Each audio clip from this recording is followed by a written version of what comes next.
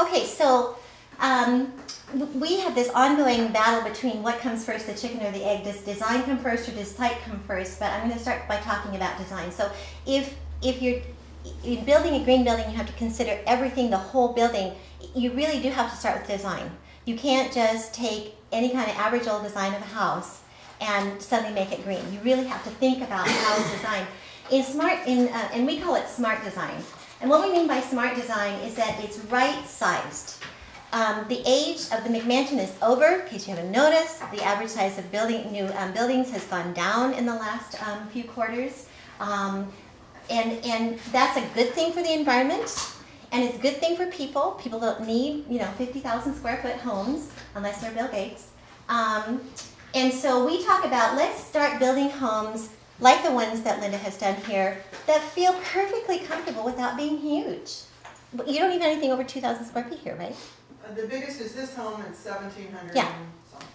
I don't feel cramped. I mean, it's a little crowded right now, but so we talk about, let's get smart about design, and instead of building these huge buildings, let's build them to fit people better. Sarah Suzanko, who started out she's an architect by trade. I don't know if you've heard of her. She built the first book that she's known for is The Not So Big House. And actually she wrote that kind of before she really got into the green movement. But she says that, how big do we really need? Think about how much room you think you need to live in, and then cut that back by a third. And she said that's really probably all we need. So we talk about good quality rather than maximum quantity. If you want a barn, go find a barn builder, right?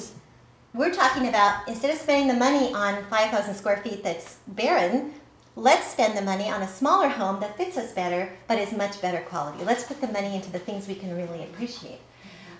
So when you do smart design, we talk about combination rooms, and Linda has done a really great job of that as you walk around the models here. But the whole idea is that gone are the days when we should be spending money to heat and ventilate and air condition and light rooms that are strictly there dedicated to the god of television.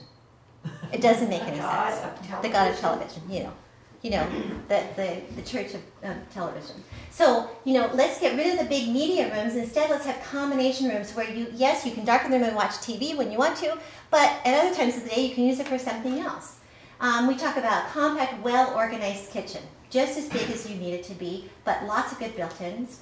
The idea of an in-home office. A study was done recently that something like, if all the people who could do their jobs at home did, about 89% of our workforce would work from home. Can you imagine how barren the roads would be?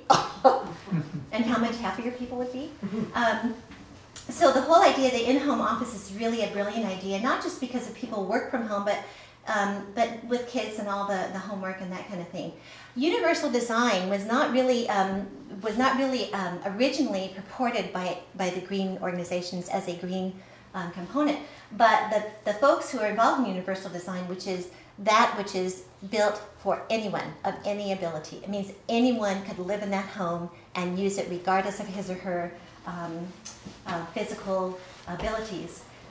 They're really excited about green building because if you think about green building, which is good quality construction and good for the planet, we're talking about building for buildings that last for a lifetime. And if we're going to build them to last for a lifetime, then we should be thinking down the road, that whole life cycle thing, what happens if? I'm 53 years old and I had a stroke in May. I was paralyzed my whole right side.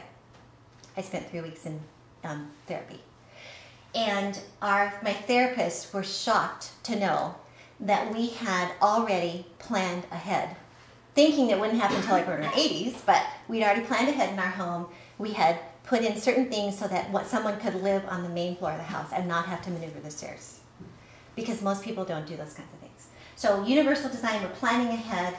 A functional basement, not just a throwaway spot. Nothing is left to lack of use, otherwise why do you have it?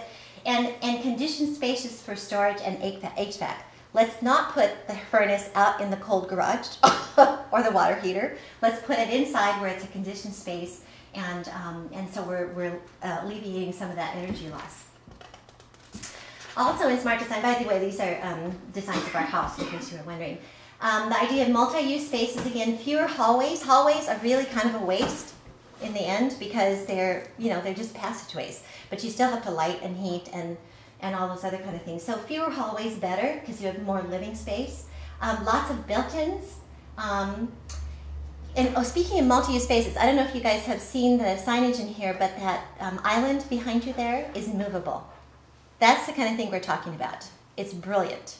It's a way that you could totally remake this whole room, just moving the island out of the way. So it's just about being smarter the way we do things. Natural light and ventilation.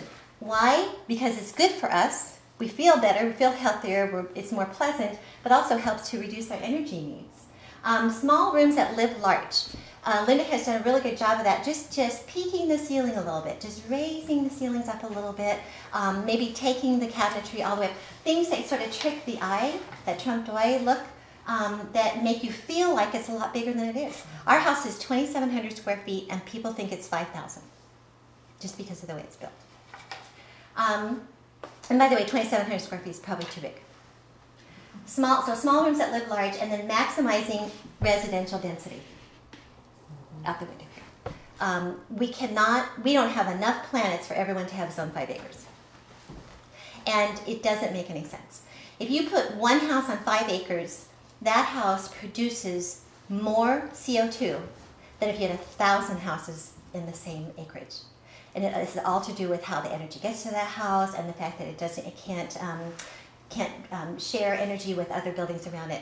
It's amazing. So we really need to be thinking about residential density, but doing it right, not doing it like they did in the 80s where they just put a bunch of cracker boxes up and everybody was unhappy. I'm going to skip through these really quickly. So again, small spaces, living large, optimizing storage space and work surfaces, raising ceilings, bringing in the outdoors to make it feel larger. This is our master bedroom, that lower shot there. It's a really small room. I have actually had people come through on the tour, a couple people, and said, so where's the master bedroom? They're standing right there. It's not a big room, but it feels huge because you have this expansive view. You have a little bit of a raised ceiling. We've done some nice touches to it that just make it feel extra special. Using natural light. Building in floor-to-ceiling storage. Maximize it. You got to use it.